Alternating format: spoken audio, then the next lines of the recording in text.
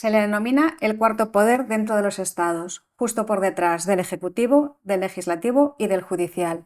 El periodismo es una de las profesiones garantes del artículo 19 de la Declaración Universal de los Derechos Humanos, que nos reconoce tanto el derecho a la libertad de expresión como el derecho a recibir información. Esta noche nos acompaña un fotógrafo y reportero con más de 30 años de experiencia en medios de comunicación, que además forma parte del equipo fundador del diario El Mundo y que ha dirigido diferentes productoras y televisiones a nivel nacional. Fernando Quintela, bienvenido a Noches de Vendaval. Buenas noches y gracias por invitarme a vuestro espacio. Ejerces con vocación una de las profesiones con más peso dentro de la sociedad. ¿Qué significaba para ti ser periodista cuando, jovencito, con 21 años, te iniciaste en la profesión? Bueno, como jovencito, lógicamente lo que tienes es una gran ilusión, es una vocación. Y de hecho las vocaciones se demuestran cuando pasa el tiempo y lo que estás ejerciendo no lo consideras un trabajo. Te diviertes, aprendes, creces y encima te pagan por ello. O sea, yo tuve algún momento, siendo muy joven, con 21, 22, 23 años, que decía, coño, me pagan y además me pagan una barbaridad por hacer esto que me gusta tanto y por hacer esto que me divierte. Y mi pasión era el periodismo, la fotografía y la vida dentro de ese mundo todavía de aprendizaje. Incluso yo creo el primer año y medio, no tuve ningún día libre, pero no porque la empresa no me los diera, sino porque yo mis días libres o mis vacaciones las empleaba en hacer reportajes y en hacer historias para el periódico. Tú desde entonces, desde esos 21 años, has sido corresponsal de guerra, has sido uno de los reporteros de investigación más importantes del país, has llegado a infiltrarte en todo tipo de organizaciones criminales, desde el tráfico de drogas, el tráfico de armas, incluso el tráfico de bebés.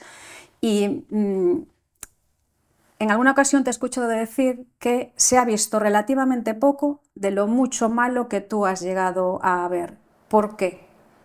Bueno, ten en cuenta que yo, como decíamos antes, empecé muy joven en un periódico que ya estaba formado por grandes estrellas dentro del mundo del periodismo, empezando por el director, Pedro J. Ramírez, por los directores adjuntos, que eran Melchor Miralles, Alfonso Rojo, luego estaba Julio Fuentes como gran reportero de guerra, bueno, había muchas, Fernando Mújica, había grandes firmas dentro del periódico. Con 21 años, hacerte un hueco en ese mundillo es muy complicado.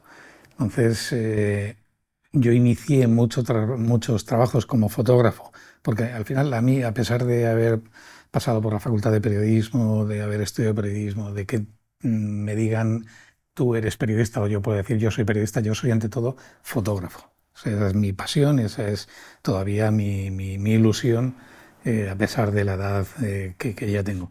Pero el por qué se ha visto poco, porque no había espacio para todos. El Mundo fue un periódico que apostó muchísimo por las caras, por hacerse un hueco dentro del mundo de la información, donde estaba dominado por El País, por el ABC, por Diario 16, del que echan a Pedro J.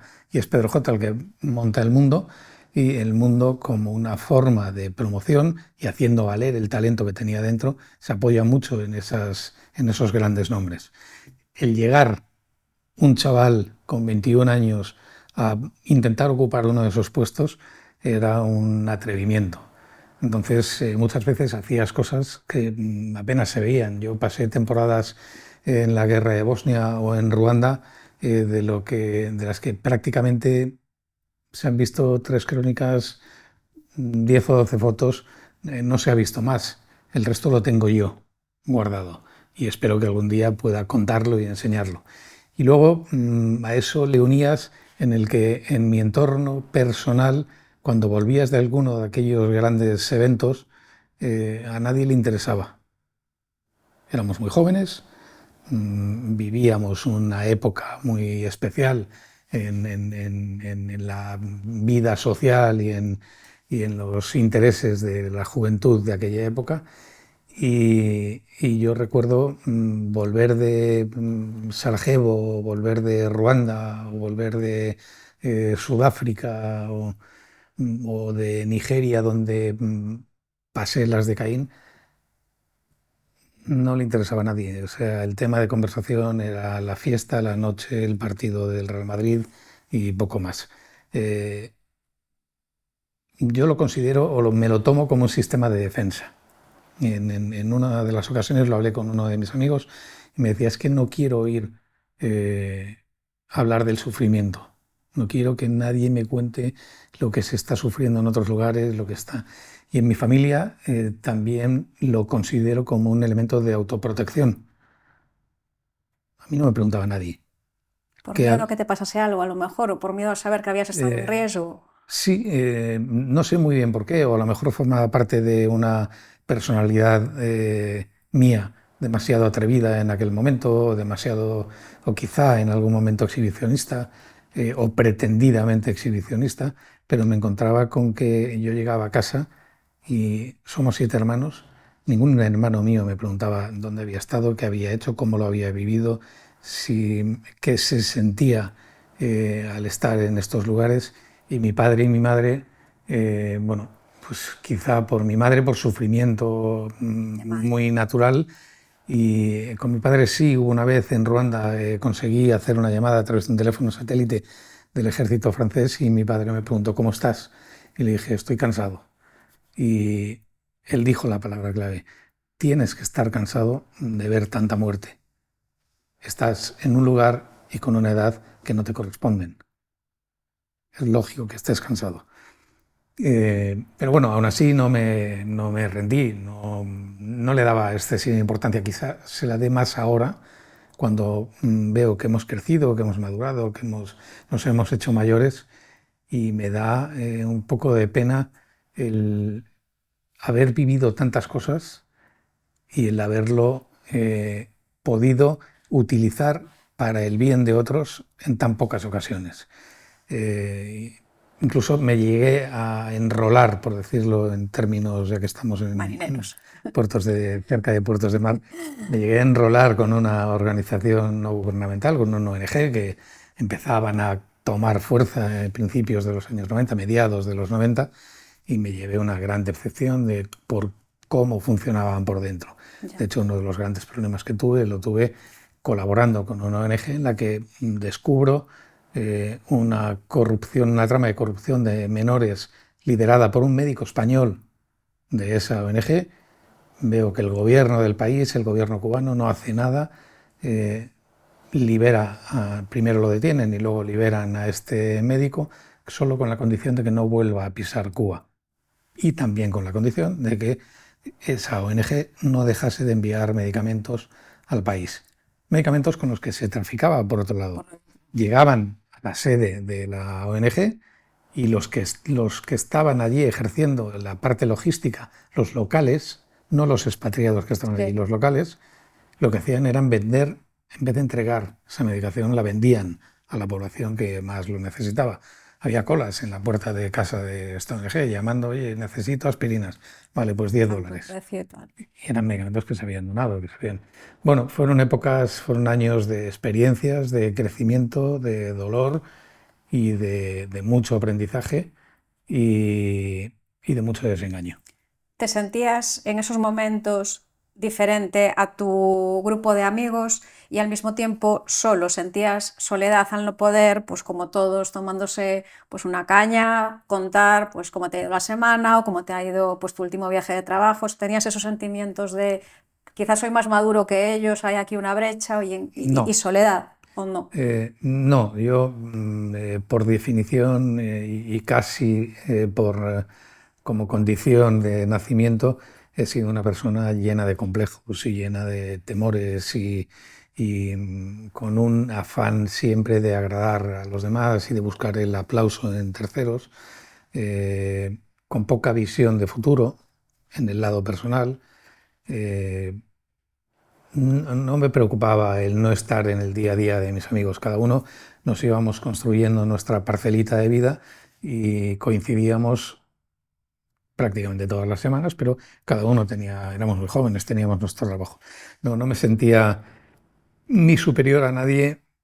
mm, A veces sí, todo lo contrario. A veces tenía la sensación de estar intentando construir algo que no iba a llevarme a ninguna parte. Y en el fondo analizándolo mucho después y después de hablar de todos estos episodios con especialistas, con psiquiatras, con psicólogos, que a la gente le da mucho miedo el decir, no, es que voy a un psiquiatra, es que, porque dicen, bueno, este va a un psiquiatra, es que está loco. Pues no, yo es algo que recomiendo a mucha gente. Hay muchos problemas mentales que no dejan de ser enfermedades, unas más graves que unas, más leves que otras, pero una enfermedad mental, una depresión, una, un estrés postraumático genera muchísimo sufrimiento y tienes que buscar a alguien que te ayude a sobrellevar estas cosas. Y mientras no llegué a tocar a la puerta de un psiquiatra, no llegué a entender muy bien ni por qué hacía lo que hacía, ni cómo reaccionaba la gente ante lo que yo hacía. Más o menos yo era una especie de autómata. Me encargaban un trabajo o yo proponía un trabajo, lo hacía, lo ejecutaba, lo entregaba y en el fondo era mi deber, y ese era mi deber.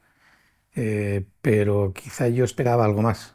Quizá hay algo de idealista en mi personalidad que me lleva a pensar que lo que yo hago tiene que tener alguna repercusión. Eh, Cuando me he infiltrado y como consecuencia de mis reportajes y de mis investigaciones han metido a gente en la cárcel, yo al principio reaccionaba mal conmigo mismo. Porque yo me sentía culpable y decía, pero ¿yo quién soy para quitarle la libertad a esta persona?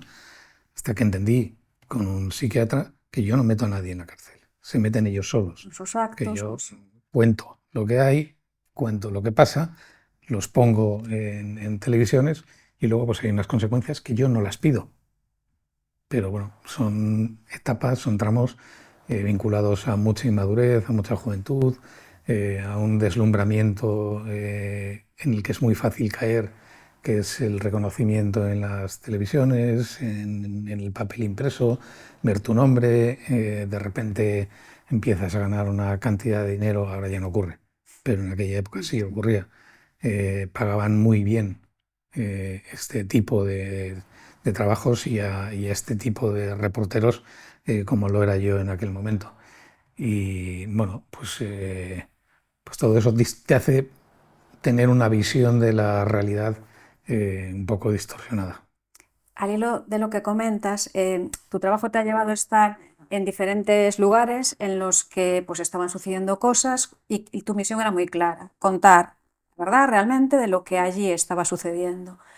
Y en la búsqueda de esa misión, de ese objetivo, pues has llegado a estar encañonado en África, envenenado en Cuba, pensando casi que morías en un cayuco en Mauritania y has tenido que llevar escolta durante 4 años. Entonces, me gustaría saber, tras cada una de esas batallas, al hilo de lo que venías contando ahora, ¿tú podrías decir misión cumplida?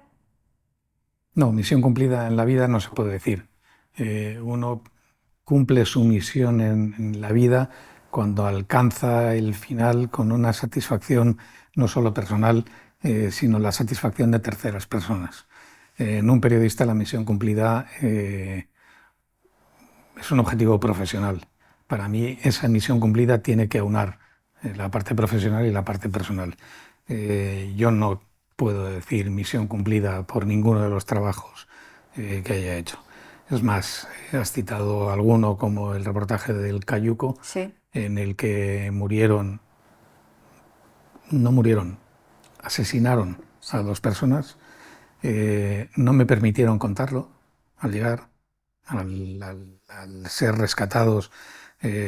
Cuando llego a España, cuando me asiento un poco y cuando cuento todo lo que ha ocurrido, no me permiten contarlo por miedo a problemas legales, jurídicos, pero bueno, no lo sabía porque yo no fui el que monté aquel cayuco. La discusión sí se organizó como consecuencia de una llamada mía, pero después de aquello que provocó eso y otras cosas, provocó mi salida voluntaria del mundo, yo dije, coño, aquí lo tengo que volver a repetir.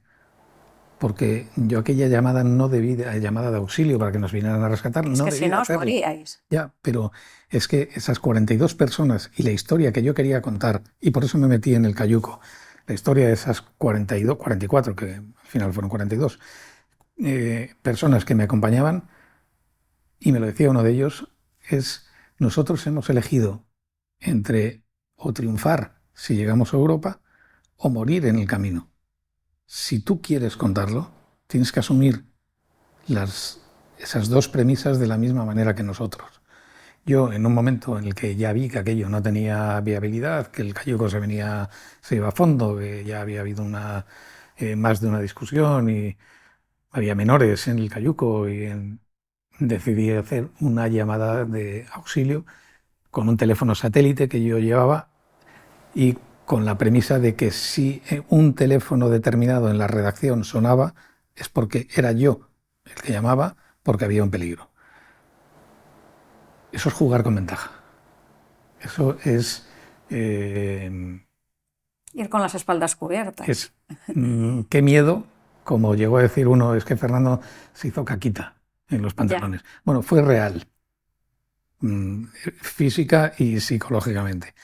Y la valentía que yo tenía que haber demostrado en aquel momento tenía que haber superado el momento de la llamada. No tenía que haberla hecho. Seguramente nos hubiéramos muerto todos. Pero probablemente ¿O no no? te hubiesen dejado tampoco iniciar ese reportaje sin las espaldas cubiertas, sin esa Bueno, pues, condición de llamas sí, así. pero es que esa decisión era mía. O sea, yo podía haber contado y iba bien protegido, bien protegido. El teléfono funcionó solo para esa llamada, no funcionó más. Las cámaras, se perdió prácticamente todo lo que grabé dentro de la embarcación. Por el agua salada se destruyeron, eran cintas todavía. Se mandaron las cintas a un laboratorio holandés especializado en recuperación. Bueno, se recuperó un minuto y medio, más el mes que estuve recorriendo desde Sierra Leona por tierra hasta Mauritania acompañando a los inmigrantes. Pero fue una cuestión al final de cobardía.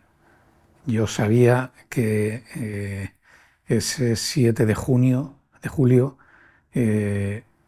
me esperaba una casa de veraneo, una familia, buena comida, un sueldo maravilloso, una gente estupenda, bueno, pues lo que ellos buscaban y no tenían. Yo ya lo tenía. En el fondo, si quieres contar de verdad una historia, tienes que vivir lo que sienten quienes lo protagonizan. Y es imposible sentirlo. O sea, por mucho que te quieras meter en las botas o en los zapatos de alguien que sufre de esa manera, no puedes hacerlo cuando tienes una vida tan acomodada como la que tenemos nosotros aquí. Y aquí nos podemos quejar de todo, que nos pagan mal, que ayer hacía mucho calor, que hoy hace frío, que mañana llueve y caen 4 rayos. Pero no nos podemos quejar frente y no podemos entender, no somos capaces, por mucho que queramos, de llegar a entender el sufrimiento de, en el caso de este reportaje, del cayuco, en el caso de una madre que vende a su hijo, vende su bebé no nacido, por qué lo vende y quién obliga a vender a ese bebé, en el tráfico de armas, pues, o en una guerra, lo que sufre el local estando en una guerra. Nosotros a las guerras íbamos prácticamente como visitantes. Entrábamos en la zona de sufrimiento, pero sabíamos que podíamos salir. Y de eso sale. O sea, no estás obligado a quedarte en una guerra. Tienes un carnet que te permite entrar, que te da ciertos derechos encima sobre la población local, y ese mismo carnet te permite salir cuando tú quieras, en el momento que quieras. Siempre hay momentos delicados, pero prácticamente cuando quieras. Y luego puedes irte a descansar una semana, volver a... Pero un local no. Alguien que lo está sufriendo todos los días no. Y no es posible contar en primera persona.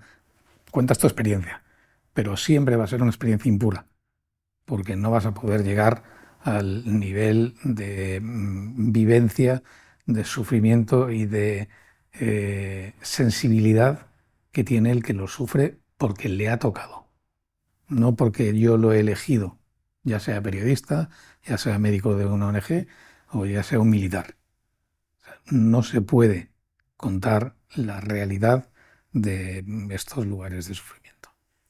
Eres duro contigo mismo en ese sentido porque la profesión te lleva a que tienes que estar allí, pero no puedes convertirte Sí, en ellos. sí, soy duro conmigo mismo porque he visto morir a gente delante de mí, he visto morir a niños a los que me han pedido, este está muerto, quítale la ropa, siendo periodista, siendo reportero, quítale la ropa y pónsela a este otro. Lo hacía prácticamente de manera automática, no tenía, Sin procesarlo. sin procesar nada. En Ruanda lo hablaba con una psicóloga española que está destinada allí y le decía, oye, es que me da igual que maten a 40 delante de mí. Yo estoy fotografiando fosas comunes, asesinatos a machetazos, las muertes de los niños, acompañando a niños que están perdidos a los lugares habilitados a modo de orfanatos, y no tengo ningún sentimiento. Y Ángeles, que era como se llamaba esta psicóloga, me dijo, Fernando, lo vas a acabar pagando. No ahora. Tú tienes una cámara que te aísla de los sentimientos. Estás haciendo un trabajo, lo que decíamos antes, Claro, y lo acabarás pagando. Y lo acabaré, y lo acabé, lo acabaste y lo pagando. estoy pagando. O sea, todo lo que viví, todo lo que vi, todo lo que sufrí, todo lo que escuché, eh, lo estoy pagando. O sea, el estrés postraumático que sufrí después de lo que ocurrió en el Cayuco y que prácticamente, como decíamos antes, no me dejaban contar, no lo podía contar, me lo tenía que tragar y nadie me preguntaba qué pasaba, qué ocurría, por qué me había vuelto de esa manera, porque eh, es, es difícil de superar. Te diría que no se supera. Hay traumas que no se pueden superar. Hay síntomas que puedes aliviar, pero hay un fondo que permanece toda la vida dentro de ti. Y eso marca tu personalidad, marca tu relación con los demás, marca tu forma de conversar, tu forma de trabajar, de divertirte, de sufrir, de educar a tus hijos. Te marca la vida que has tenido, si ha sido una vida dura, aunque fuera por etapas, aunque fuese a cachitos. Pero hay que estar muy bien preparado y muy bien formado para poder asimilar barbaridades como las que llegué a ver sin tener esa preparación ni esa formación. Aquella frase de mi padre de no tienes ni la edad ni la Y formación la forma. para ver lo que vas a ver y para estar sufriendo lo que estás sufriendo. Es verdad, yo en aquel momento quería ser mayor y bueno, ¿cómo no voy a estar preparado? Y cómo no voy a poder ser corresponsal en Cuba y cómo no voy a poder investigar este tema y cómo no le voy a poder decir a Fidel Castro en una comida con él lo que le dije. ¿Por qué no? Pues todo tiene unas consecuencias dependiendo de dónde estás. Claro. Yo tuve el atrevimiento, la valentía o cometí el error de meterme a investigar una serie de cosas en Cuba, de comer con Fidel. Eso no es ni una suerte ni es un privilegio que no sé si es bueno o malo. Para mí Fidel es un dictador y es un asesino, como lo fue el Che Guevara y como lo fueron tantos otros líderes aclamados luego por la historia. Nelson Mandela fue un hombre que trabajó por la paz desde la cárcel, bueno, lavó su imagen del terrorista que fue anteriormente. Gandhi fue el máximo exponente de la paz mundial sin beneficio de ningún tipo. Pues sí, en el final de sus días, en sus años finales sí, pero fue un íntimo amigo de Hitler, colaboró con el ejército británico y el ejército alemán en las guerras mundiales. Bueno, no todo es lo que parece. Y con Fidel Castro, pues me preguntó sobre un par de temas y le conté la verdad. Le conté mi opinión, o sea, no la verdad. Le conté lo que yo pensaba y lo que yo había leído y lo que yo estaba viviendo. ¿Qué consecuencias tuvo aquello? Pues primero sufrí un envenenamiento en La Habana, del que me salvé de milagro, y 3 meses más tarde, o 4 meses, ya no me acuerdo muy bien, El, el ritmo de los tiempos, acabaron expulsándome de Cuba. y con Pedro J. Al otro lado del teléfono, diciéndome: Fernando, yo te apoyo, pero necesito un corresponsal en La Habana. Entonces tengo que sacrificar un peón, que eres tú, para poder mantener la reina, que es la corresponsalía. Y me tuve que venir a España. Y eso truncó una carrera que yo tenía más o menos planificada con el paso de los años. Mi primer paso era La Habana, por consejo de Alfonso Rojo y por recomendación de Alfonso, para después dar un salto a México, para después dar un salto a Estados Unidos y luego pues seguir creciendo en ese terreno. Eso truncó esa carrera y se me abrió otra, que era la de la televisión. Fue la de la televisión. Y ahí fue donde empecé con reportajes de riesgo. Pues parece que este se atreve a todo. Sí. Me lo preguntaron, me dijeron: ¿tú serías capaz de hacer algo que no ha hecho nadie hasta ahora? Y dije: bueno, yo me meto, yo lo hago. No tenía hijos, no tenía compromisos, sí, mi familia. Y estaba muy en la línea de intentar seguir con el objetivo de satisfacer mis ambiciones profesionales y personales en mi vida. Y aquello derivó en que, bueno, pues hice unos reportajes duros, muy complicados. Me metí donde no se ha vuelto a meter nadie, ningún periodista, con cámara oculta, porque se puede negociar con un narcotraficante y decirle: oye, te voy a grabar una entrevista, no se te identifica la cara, no decimos dónde estamos, pero el narco ya sabe que hay una cámara que le está grabando, entonces va a hacer el discurso que a él le convenga. Va a lanzar su mensaje. Yo me infiltraba en esas organizaciones para saber realmente qué ocurría ahí dentro. Y bueno, sabiendo que a la mínima sospecha o el día que alguien viese el botoncito donde llevaba unas cámaras ocultas muy precarias en aquellos años, me iban a pegar un tiro, sin ningún miramiento. Y de ahí derivaron las amenazas, derivaron pues, con las amenazas esos años con escolta en España. Y había gente que se lo tomaba como una cosa muy divertida, y mis amigos, ¿no? Yo quería salir, pero si salía de copas o me iba a comer con algún amigo o con quien fuese, tenía que ir con un El escolta. escolta iba contigo a todas partes. Y a la gente le parecía un poco exótico, que como que le gustaba, Y amoroso.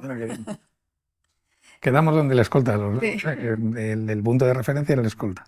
Me resulta curioso que contabas esos primeros años en los que, bueno, pues te sentías no aislado, es decir, no compartías esa parte de tu vida pues con tus amigos, en casa tampoco, y que años después cuentas que incluso, por lo que he entendido que has dicho, entre los compañeros de profesión tampoco ha habido has sentido esa empatía en el antes y el durante y el después de todos estos reportajes. Me resulta curioso, Sí. porque ellos sí que podrían estar predispuestos a empatizar pues por saber lo que es la Sí, profesión. no la había. Y yo creo que hubo un punto claro de influir. La hubo durante una temporada porque hay una...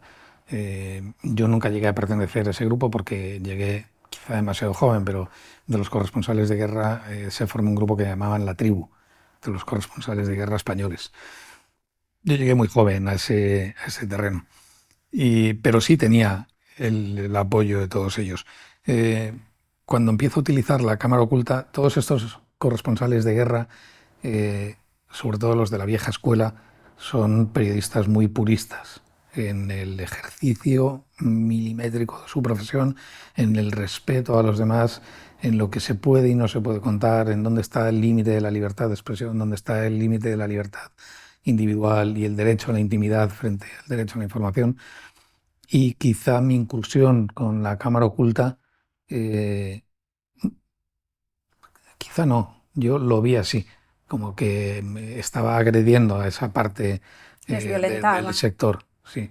Decían: bueno, estas herramientas no son las válidas para un periodista. Un periodista tiene que ir de frente, tiene que ir de cara, y esto pues que lo haga un detective privado o que lo haga Naciones Unidas o que lo haga quien lo tenga que hacer. Y yo creo que eso incomodó a una parte de la profesión. Los reportajes tuvieron muchísimo éxito. La cámara oculta era un utensilio que estaba sin legislar en España.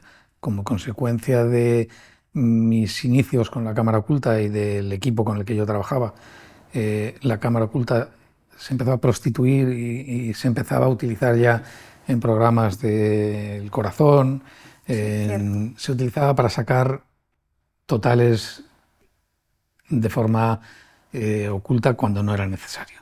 Pues declaraciones de un pescadero donde buscabas la mala palabra de ese pescadero. No te hace falta una cámara oculta para hablar con una persona, un ciudadano normal y corriente. No te hace falta una cámara oculta para hablar con Marujita Díaz o con el cubano aquel de aquella época o con Dinio. Vas de frente y vas a hablar igual. Entonces llegó un momento en el que se legisló y se limitó el uso de la cámara oculta y prácticamente ha desaparecido del escenario de la televisión en España, porque sí se permite el uso, pero siempre debe de prevalecer el derecho a la información sobre el derecho a la intimidad. Si yo volviese a repetir aquellos reportajes que hice de grandes tramas criminales, seguramente sí se podrían volver a emitir, pero yo ya no los voy a volver a hacer, me lo han pedido. Yo ya no me voy a meter en esos fregados. ¿Por qué? El balance Bueno, no ha porque sido positivo una vez ya sí, aterrizado ahora, años después. sí, el balance ha sido positivo, pero había un componente muy grande de atrevimiento y de desconocimiento Mm, y de irresponsabilidad. Ahora tengo hijos, claro. ahora soy mayor, ahora tengo que pensar de otra manera. En aquel momento, pues uno busca la vida dentro del mundillo. eh, y con un gran componente, como te digo, de imprudencia, de falta de prudencia por mi parte. No de falta de miedo, el miedo lo he tenido siempre. En todos he pasado muchísimo miedo y tampoco te puedo describir qué es el miedo. Lo tienes que pasar tú Sí, para poder contar o para poder sentir qué es el miedo. ese miedo real, no el miedo que a Ese, veces decimos, ¡ay, qué miedo! no, No, eso no es miedo, ¿no? no, no. Eso El es un miedo es temor. otra cosa. No, el miedo te atenaza. Y el miedo te impide, eh, por suerte, te impide dar un paso más. Eh, Porque cuando llegas a un punto de temor y de miedo tan alto, es el momento en que dices, "Mm, hoy paro, hoy termino". Y siempre que ha sucedido eso ha sido el momento adecuado. Si hubiera continuado un día más, me hubieran descubierto porque el miedo lo transmites. Igual que los animales lo Lo perciben, perciben, sí. cuando llegas a ese nivel de estrés y a ese nivel de miedo, el que tienes enfrente y con el que estás negociando ciertas cosas, nota que está pasando algo. Y en estos mundillos no hay gente precisamente confiada. Para llegar a infiltrarte en estos sectores tienes que tener un padrino, alguien que ya esté metido ahí, con el que tú contactes y que él te haga un trabajo de introducción, que te vaya presentando, que te vaya dando unas claves para ganar confianzas y poder volar, entre comillas, dentro de una organización. Pero si no es imposible. Y a lo largo de toda esta trayectoria profesional, ¿cómo has conciliado esa vocación del ejercicio ideal del periodismo, como me comentabas, de ese grupo de compañeros, con, como ocasiones has dejado patente y estás dejado patente hoy, la frustrante realidad de los medios de comunicación? Bueno, que los medios de comunicación han experimentado un cambio en los últimos 20, con el cambio de siglo, ha habido un cambio brutal en la forma de ejercer el periodismo. Por un lado, se veía venir por el avance de lo que llamábamos nuevas tecnologías, que siempre habrá nuevas tecnologías. Ahora está la inteligencia artificial, que no existía hace 3 años. Antes no teníamos la facilidad de Internet, no teníamos las conexiones vía satélite que tenemos ahora. Ahora ya el periodista no viaja. El periodista, por regla general, es un elemento sentado delante de un ordenador, repicando noticias que te entran de agencias, y solo los grandes medios en grandes circunstancias tienen a sus enviados especiales. Cuando empezó la guerra de Ucrania, yo me ofrecí a un montón de medios. También quería tener un termómetro de cómo estaba funcionando esto, aunque no necesitaba y no quería, pero yo creo que fui de los primeros en estar acreditado por las Fuerzas Armadas Ucranianas, por Naciones Unidas, tener todos los permisos en regla y decir, oye, me voy mañana, solo necesito que me pagues la comida y el fixer, el ayudante local de turno. No quisiera. Imposible. No, la guerra, no, pues aquí no interesa, no interesa a nadie, no. ¿Para qué vamos a jugarnos un corresponsal, en un enviado especial en una guerra? No interesa. La forma de contar las cosas está tan sesgada por por el poder ejecutivo, Legislativo y legislativo, judicial. judicial y de parte muy grande también por el poder económico. O sea, las grandes empresas son las que controlan los medios de comunicación. Es muy difícil ahora el encontrar un periódico valiente que se atreva, como se atrevía El Mundo, Diario 16, como se atrevió el país siempre ha estado muy pegado al poder político, pero bueno, era un periodismo de otra época y de otra calidad. Ahora tienes periódicos atrevidos, pero dentro de un sector. Tienes OK Diario, que cumple un papel dentro de una línea de pensamiento muy vinculado al centro derecha, o la derecha, si quieres. Tienes al País muy posicionado en la izquierda. Tienes al Mundo, que era un periódico centro hacia la derecha, que ahora no se sabe muy bien por dónde navega. Hay un montón de digitales que todos, sorprendentemente, todos tienen, cuando les preguntas cómo vais de audiencia, todos tienen 20 millones de usuarios únicos y bueno, pero todos ingresan, todos viven, todos más o menos se sostienen con un gasto mínimo, con una redacción muy joven. No ves, también lo era cuando yo empecé, tenía 21 años y me parece bien que los jóvenes tengan ese papel ahí dentro, pero muy mal pagados y muy maltratados.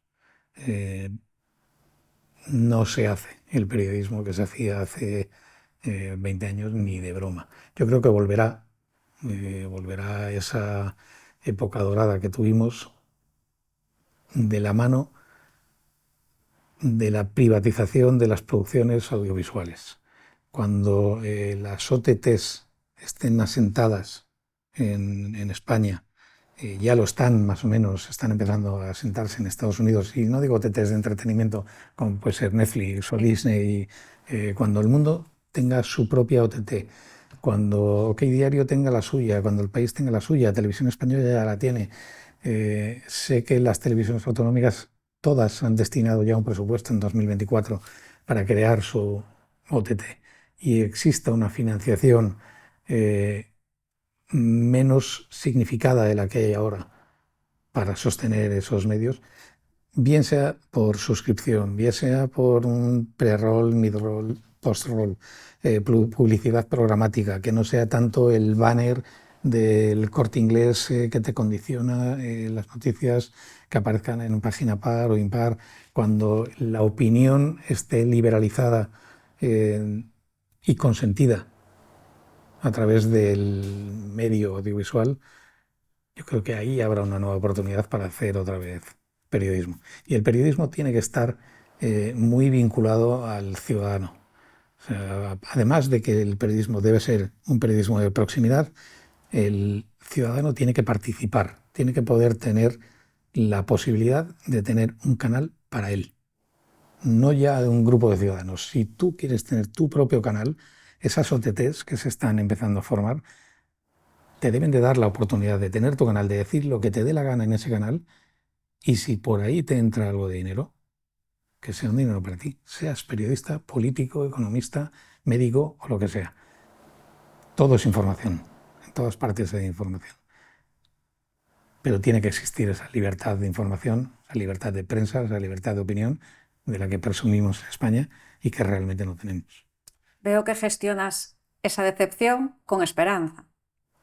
Sí, a lo mejor la esperanza yo no la llego a disfrutar, pero sí para quienes empiezan ahora, pues sí creo que hay una esperanza de volver a recuperar cierta libertad. Creo que el mundo está muy convulso, que no sabemos nada de lo que está pasando realmente en la mayoría de los puntos calientes del planeta. Eh,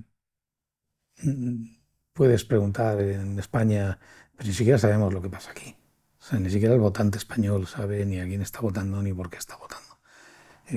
¿Qué les vas a contar de Colombia y Petro, de lo que puede suceder en Argentina con Javier Milei, o de lo que ha ocurrido en México desde la llegada de López Obrador y por qué los grandes capitales han salido de México, cuando México era un país muy potente? Y siempre habrá quien diga, sí, gracias al narcotráfico, antes era Colombia, ahora es México, con el norte de México, el cártel de Sinaloa, pero no, era un país próspero. Está habiendo una fuga de capital tremendo. Pero claro, si no sabemos ni quién es Pedro Sánchez, no nos vamos a molestar por saber quién es López Obrador, o por quién es Petro, por quién ha ganado en Nicaragua las primarias la semana pasada, cuando no sabes situar Nicaragua en el mapa. Porque esa transformación de la que hablas de los últimos 20 años, con la llegada de la llegada para, Nicaragua, no, Guatemala. con la llegada para quedarse de las nuevas tecnologías que afectan a la forma de ejercer el periodismo, pues estamos constatando que también afectan a la forma en la que consumimos la información. Y cuéntanos cuáles son esos problemas de la nueva forma de consumo de la información para el consumidor final. Las nuevas tecnologías son una bendición para el que quiere leer, para el que se quiere informar y de paso para el que quiere construir una historia, porque las fuentes de información, antes tenías un departamento de documentación al que tenías que bajar, había unos documentalistas, tenía que buscar o bien en las ruletas estas, ya no me acuerdo bien cómo se llaman, las pantallas que veías los periódicos que se digitalizaban, entre comillas, pero las noticias se archivaban con recortes y en carpetas donde estaban especializados sucesos, maltrato a la mujer, Colombia, Guatemala, Estados Unidos. No, ahora hay una gran facilidad y hay una necesidad de inmediatez en el consumo de la noticia, que es lo que está cambiando también esa forma de ejercer el periodismo. Lo que sucede hoy ya no te vale mañana. Pero es que lo que sucede esta mañana ya no te vale por la tarde.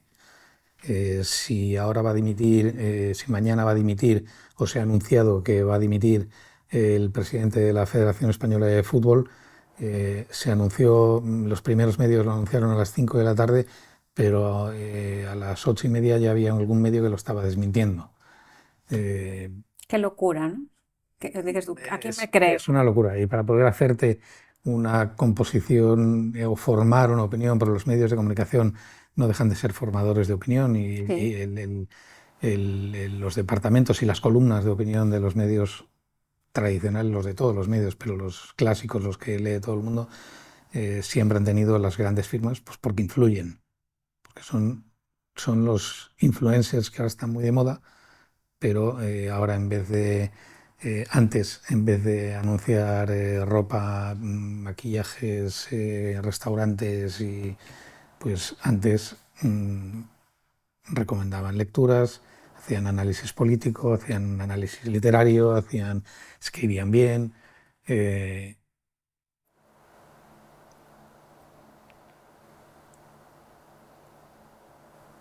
Iba a decir algo, pero no. Dilo, dilo, dilo, sin miedo. No, creo que los medios de comunicación han dejado de ser, bueno, siempre han sido una empresa. Un medio de Sí, comunicación debe de ser una empresa que genere estabilidad la suficiente para mantener a sus empleados y, bueno, y por supuesto también un beneficio para el que apuesta por esa empresa. Pero se han convertido en un estercolero. O sea, todo vale. O sea, el gran medio de comunicación que para mí sería necesario ahora sería aquel que hiciese un balance de lo que publican cada uno de los medios y catalogase las fake news, las separase bien de lo que es una información relevante. Como un verificador, de los que Verifi- dice, como se dicen un ahora, estas verificador, empresas sí. de Sí, verificación sí, de... bueno, pero se habla de Neutral como un Sí, gran verificador, pero si piensas quién está detrás de Neutral, quién lo dirige, quién maneja, quién financia esa verificadora, pues no puede ser una verificadora, claro, ¿no? porque muchas veces tendría que jugar en su contra y no lo hacen. Entonces es muy difícil llegar a ese Y equilibrio. para el ciudadano es muy difícil, cuando antes era más fácil, saber dónde está la verdad de lo que está No, el pasando. ciudadano, que era lo que empezábamos hablando en este segmento, ahora tienes que hacer un ejercicio de malabarismo entre 5, 8, 10 medios, eh, para ver cómo enfoca cada uno la noticia y sacar tus conclusiones, ver qué puntos en común hay, qué nombres citan en todos los medios. Bueno, tienes que hacer un ejercicio de reflexión sobre lo que estás leyendo para llegar a tu propia conclusión. Cuanto antes tenías, sí, un medio afín a ti y los más avezados leían 2, 3 periódicos, pero mira cómo están las tiradas de los periódicos impresos ahora. Y los digitales tienen millones, todos tienen 20 millones, como decíamos antes, de usuarios únicos, pero ¿cuántos pasan del primer scroll? ¿Cuántos pinchan en una noticia? ¿Cuántas páginas se sirven? ¿Cuál es el tiempo de permanencia en cada una de las páginas? Está todo medido. Sí, sí, cierto. Y el tiempo de permanencia, el que tenga 3 minutos de permanencia en su web, es un éxito.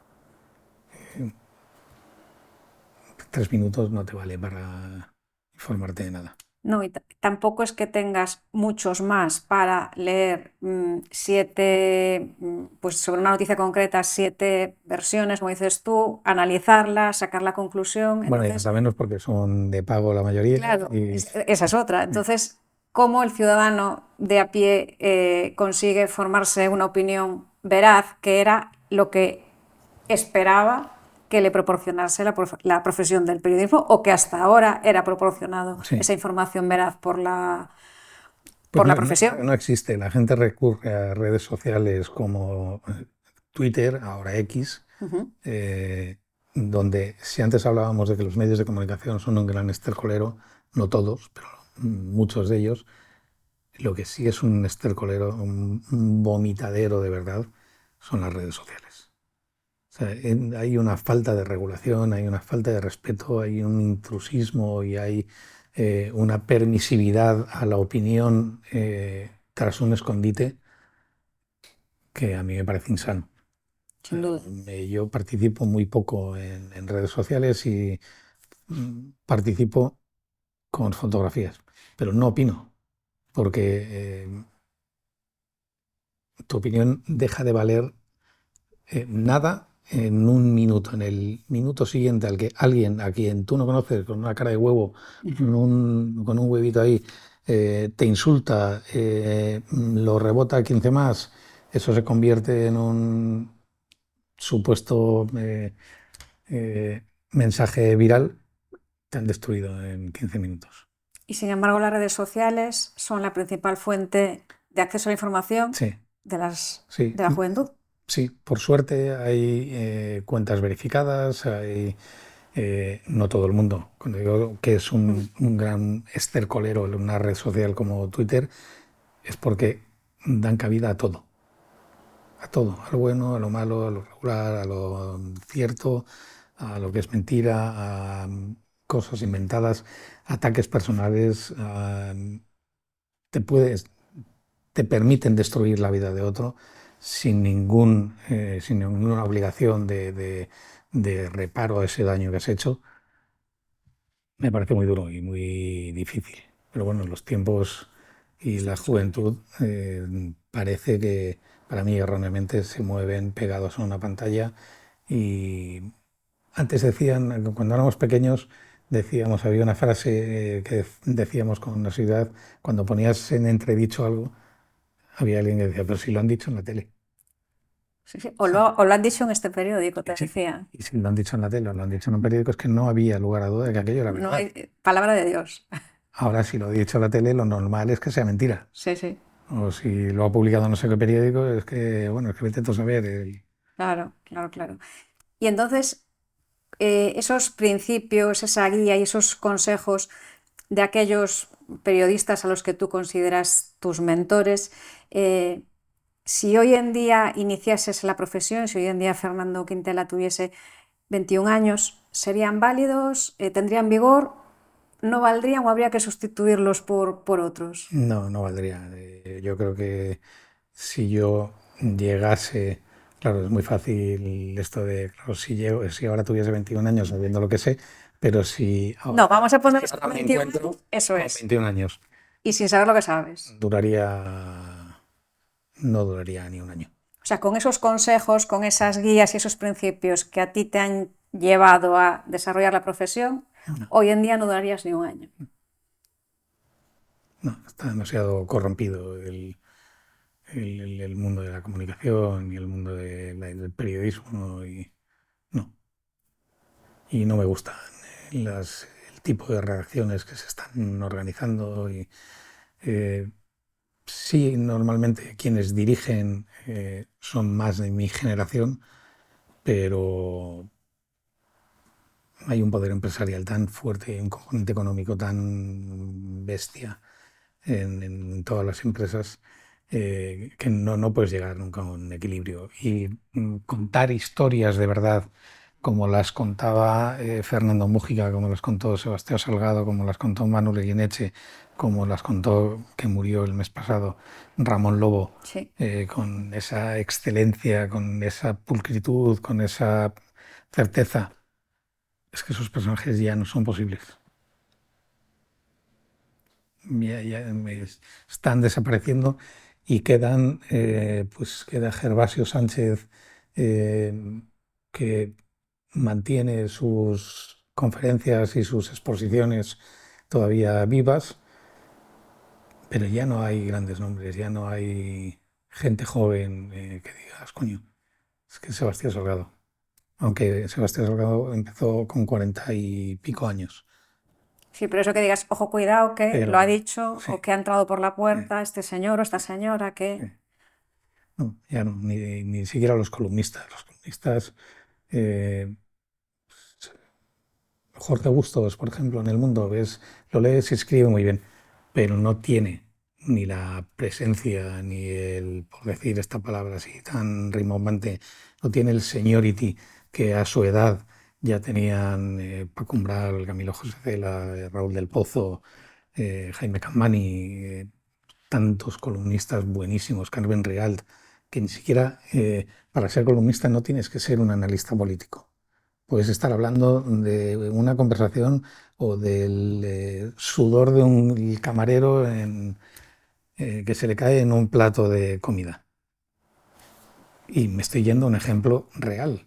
Eh, pero eso, contado con el ejercicio magistral de Carmen Rialt, tienen una repercusión notable hasta el punto de que en aquella ocasión el rey la llamó, porque el dueño del restaurante del que hablaba Carmen Rigal era amigo del rey, en Flanagan's en Mallorca, y era un tío que sudaba mucho y es verdad que a veces te ponía los platos y se le caía un chorro de sudor en el filete.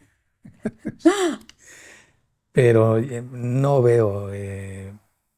había grandes promesas. David Gistau era un gran escritor joven, con ganas, pues también falleció. David Beriaín parecía que apuntaba también hacia los grandes reportajes y ya era una cara notable a pesar de su juventud. Lo mataron en África hace un año y medio, un par de años. Miguel Gil, que fue de nuestra generación, el primer reportero asesinado en Sierra Leona, muy amigo mío, y luego fueron cayendo Julio Fuentes, José Couso, pues, Si ya tenemos, se cayó ahí. si tuviéramos que fechar, o sea, si tuviéramos que hacer una, pues, un gráfico y pues fechar el punto en el que esa línea empieza a decaer hasta la situación actual y tuviésemos que buscar un culpable, un responsable o unos culpables, unos responsables, ¿dónde más o menos pondrías el foco? Yo lo pondría en el inicio del siglo, y no hay más responsable que el avance de la tecnología, la sustitución de la tecnología por la capacidad y el talento personal de quienes se quieren dedicar a esta profesión y la precariedad con la que los grandes medios, los grupos de comunicación tratan al empleado. En tu ponencia del TEDx Plaza de María Pita, que invitamos también a que la vean porque estuvo muy bien, eh, lanzaste un SOS a los consumidores, a la sociedad, sobre las formas en las que estamos consumiendo la información y lo que tú creías que tenía que estar por encima de todo. Refréscanos ese mensaje final que Bueno, lanzabas en la ponencia. hablaba de la diferencia entre el medio y el mensaje. Sí, ¿Qué está antes? Es una cuestión casi como el huevo y la la gallina. gallina. Y yo lo que animaba a la gente en aquella ponencia era hacerse dueño del mensaje antes que del medio. El medio está, como hemos venido hablando a lo largo de esta conversación, está condicionado por todas partes.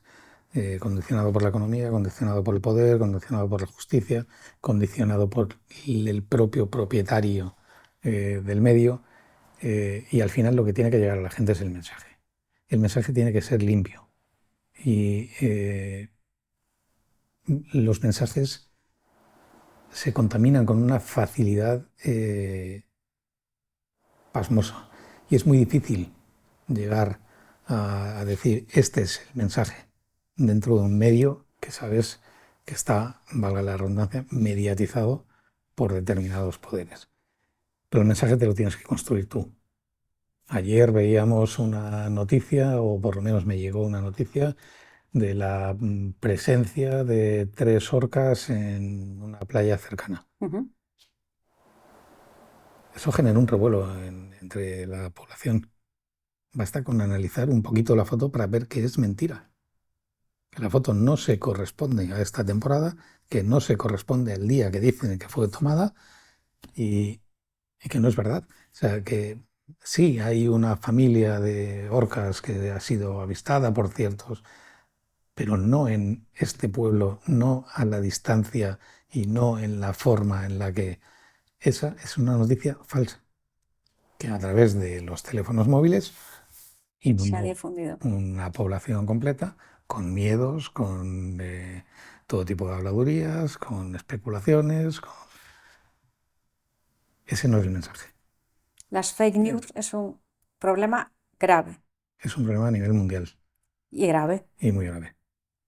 Se está haciendo fracasar gobiernos, fracasar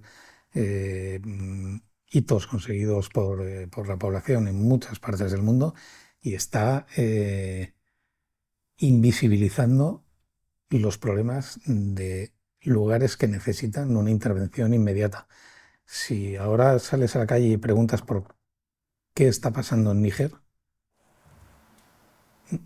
te aseguro que nadie te va a saber dar, Una explicación. pero ni siquiera te va a decir. Primero van a confundir Níger con Nigeria. No van a entender qué pinta Rusia en un país tan pequeñito. No van a saber por qué nadie cuenta nada de Níger. No interesa. No interesa Níger, no interesa Nigeria, interesa su petróleo, su gas, porque está Rusia allí, pues probablemente para hacerse con el dominio de algo que ya tienen los chinos. China ha colonizado África Sí. sin darnos cuenta en los últimos 20 años. El comercio, antes había un pequeño comercio local, por parte extranjera había una presencia libanesa importante, pero cuando China decidió llegar a África, en 10 años hizo con todo. Ahora, ¿qué pasa? Ahora está ocurriendo, y creo que irá más, que el africano está cansado de la intervención occidental y va a ser un problema. África lleva intervenida toda la vida, con las colonias, con la esclavitud, con la explotación de sus recursos naturales y nada para ellos, con la falta de educación, digo, falta de Sí, formación, de formación, de sanidad, de de... sanidad, de explotar en su propio beneficio los recursos tan grandes que tienen. Y lo que va a ocurrir en Níger lo que ha ocurrido en Benín, lo que ocurrirá y ha ocurrido en varias ocasiones en Nigeria, países ya con cierto peso, o Sudáfrica, que es un país europeo más, pero que también sufrió el apartheid, sufrió durante muchos años, pero supo levantarse como país. Pero ocurrirá en el resto de los países africanos. Será de nuevo un gran problema. Y los seguiremos dejando de lado. Los dejaremos que se maten entre ellos. ¿A quién le importa lo que está ocurriendo en Hispanoamérica? Y no hay ningún país estable que me venga a la memoria ahora. Ni Chile, ni Argentina, ni Venezuela, ni Uruguay, ni Paraguay, ni Colombia, ni El Salvador, a pesar de Bukele, ni Guatemala, ni ninguno. No hay ninguno. ¿Cuál es el hueco que tienen en la información aquí? Si somos un receptor de todos estos países. Hace 15 días asesinaron al candidato Villavicencio en Ecuador. No, por problemas de narcotráfico. Eso fue un magnicidio por motivos políticos. Villavicencio no tiene nada que ver con el narcotráfico. Y no, pero es que Ecuador tiene frontera con Colombia, con Brasil, sí, en una zona del Amazonas. Y que Ecuador, en algún momento, algún gobierno haya cedido parte de esa frontera natural para la instalación de laboratorios clandestinos, de elaboración de cocaína sí, pero de ahí a un magnicidio y a una persona perseguida y que se sabía perseguida y amenazada políticamente como era Villavicencio, pues al día siguiente se publicó aquí, fue portada y abrió las noticias una mañana, o sea, una tarde o una noche, y al día siguiente ya Ecuador, Villavicencio. Esto fue un martes y las votaciones eran el sábado. La gente fue a votar con total normalidad, mientras la madre de Villavicencio estaba con una pala echando tierra a la vez que hacía una soflama política sobre la caja, la tumba de su hijo. El daño de las fake news es doble, es pues la propia manipulación de la opinión y la ocultación, entonces, de lo que realmente está pasando para que el resto pues, pueda ponerle... Y hay cosas que no conviene saber, hay cosas que nunca deben de salir a la luz para determinados sectores. Para determinados sectores. Eso no lo decide el periodista, eso lo deciden otros sectores. Es como el terrorismo de Estado. El terrorismo de Estado siempre ha existido. En todo el mundo. En España también. El GAL fue la forma más burda y absurda de ejercer un terrorismo de Estado. Seguro que de alguna manera el CNI ahora mismo, o los responsables de turno, de alguna manera tienen algún mecanismo de funcionamiento que se pueda considerar como terrorismo de Estado. Pero la forma en que lo hizo el gobierno de Felipe González fue escandaloso. Y algo que no se debía saber se acabó sabiendo y se acabó derrocando un gobierno. Pero esto que no se debía saber, el conjunto de los medios de comunicación lo callaban. Hubo 2 periodistas, 3 valientes que fueron Melchor Miralles, Ricardo Arqués, Pedro J. Ramírez, luego continuaron Antonio Rubio y Manuel Cerdán, pero los 3 primeros fueron los que se jugaron el tipo y dijeron, oiga, está pasando esto. Ustedes están haciendo un contraterrorismo, están matando a terroristas. O sea, no vale el ojo por ojo. O sea, ni un terrorista tiene derecho sobre la vida de nadie, ni un político tiene derecho sobre la vida de un terrorista. O sea, yo entiendo la venganza caliente, si mañana el vecino del quinto mata a mi hijo, lo mato inmediatamente.